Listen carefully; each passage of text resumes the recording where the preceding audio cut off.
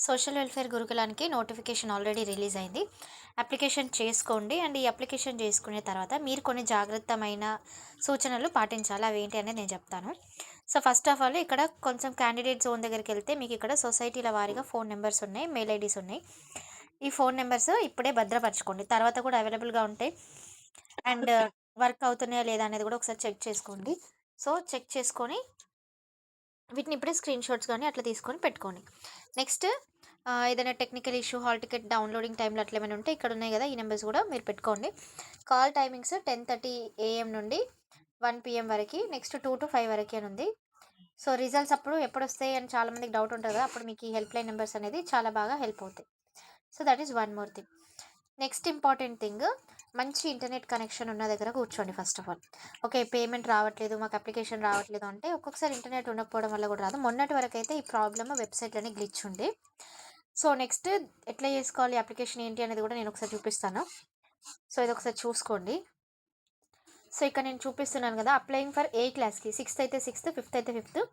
గుర్తుపెట్టుకోండి, sixth to ninth కొన్ని backlog కూడా ఉన్నాయి. అదొక్కసారి మంచిగా గమనించుకోండి. ఏ డిస్ట్రిక్ట్ మీరు అప్లికేషన్ చేసుకుంటున్నారనేది. నెక్స్ట్ మీ మండల్ ఏంటి అనేది మండల్ సెలెక్ట్ చేసుకోండి. మీ ఫుల్ నేము ఇక్కడ ఫుల్ నేమ్ దగ్గర మీ ఫుల్ నేమ్, సర్‌నేమ్‌తో పాటు ఆధార్ కార్డ్‌లో ఎట్లుంటే అట్లనే పెట్టుకోండి. క్యాండిడేట్ నేమ్ కూడా ఎంటర్ చేసుకోండి. రిలీజియన్ ఏది అయితే అది. Okay. Mobile number. So, next do you belong to Telangana? Yes అయితే యెస్. నో అయితే నో. ఇన్‌కమ్ అర్బనా? రూరలా? నార్మల్‌గా పల్లెటూరులో అయితే రూరల్. కొంచెం సిటీలాగా అయితే అర్బన్ అనమాట. ప్రైవేట్‌లో చదువుకున్నారా? గవర్నమెంట్‌లో చదువుకున్నారా అనేది. నెక్స్ట్ ఇక్కడున్న క్యాప్చా ఎంటర్ చేసి ఐ డిక్లేర్ అనేది క్లిక్ చేయాలి. నెక్స్ట్ ఇక్కడ అర్బనా, రూరల్ అనేది సెలెక్ట్ చేసుకుంటే మీకు రూరల్ సెలెక్ట్ చేసుకున్నారనుకోండి ఆటోమేటిక్‌గా 1,50,000 అని వచ్చేస్తుంది. అదే అర్బన్ సెలెక్ట్ చేసుకున్నారనుకోండి ఆటోమేటిక్‌గా 2,00,000 అని వస్తది. ఇది ఒకసారి బాగా గమనించుకోండి.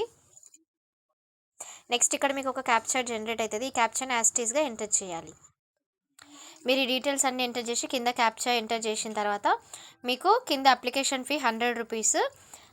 ఇది వెబ్‌సైట్‌కి వెళ్ళిపోతదనమాట. రూ. 100. మీరు మీ సేవకెళ్ళి చేసుకుంటే వాళ్ళు కూడా ఒక రూ. 100 ఆర్ రూ. 150 చార్జ్ చేస్తారు. మీరు మొబైల్‌లో కూడా చేసుకోవచ్చు. సో, తర్వాత మీ ప్రివ్యూ వస్తదనమాట. అంటే మీరు ఇప్పటిదాకా ఎంటర్ చేసిన డీటెయిల్స్ ఏంటేంటి, date of birth, mobile number అవన్నీ కరెక్టా కాదా అనేది ఇక్కడ ప్రివ్యూలో వస్తది. మీరు ప్రివ్యూ చెక్ చేసుకొని సబ్మిట్ పైన క్లిక్ చేయాలి. సబ్మిట్ పైన క్లిక్ చేసేటప్పుడు మీకు ఇట్లా వస్తదనమాట. క్రెడిట్ కార్డా, డెబిట్ కార్డా ఏంటి అనేది. సో, మీరు యూపీఐ తోటి చేసుకోవచ్చు. Credit card or debit card తోటి కూడా సెలెక్ట్ చేసుకోవచ్చు. సో, ఇట్లా ఎంటర్ చేసిన తర్వాత నెక్స్ట్ ఫోటో, మీ ప్రెజెంట్ డిస్ట్రిక్ట్ ఏంటి, మీరు ఎక్కడ అప్లికేషన్ చేసుకోవాలనుకుంటున్నారు ఏంటి అనేటివన్నీ అడుగుతాయి. సో, ఇట్లా చేసుకోండి. నేను ఇంకేదైనా డౌట్స్ ఉంటే కూడా ఛానల్ కింద కమెంట్ చేయండి. నేను మీకు హెల్ప్ చేస్తాను. Thank you.